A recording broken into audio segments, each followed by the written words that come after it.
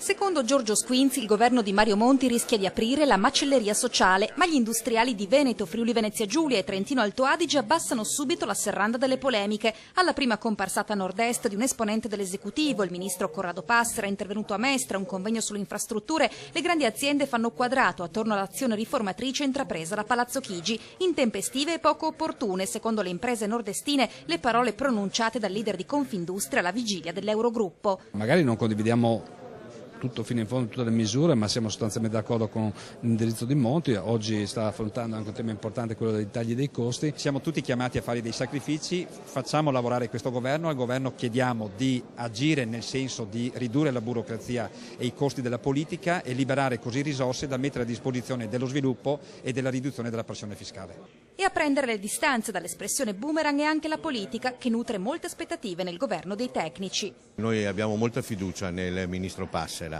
per i provvedimenti che ha adottato, per i provvedimenti che si appresta ad adottare e crediamo che questa sia la chiave di volta per intervenire positivamente sul fronte delle infrastrutture. La mia priorità è far capire al governo che senza il commissariamento, che non viene richiesto solo dal Friuli Venezia Giulia, ma viene richiesto anche dalla Cassa Depositi e Prestiti, che è il nostro maggior finanziamento, le opere rischiano di fermarsi. Dalla terza corsia della A4 all'alta capacità ed alta velocità, il Nord-Est non intende più stare ad aspettare, vuole fare. Ti chiedere come un atteggiamento, come dire, da questuanti. No, non c'è niente da questuare.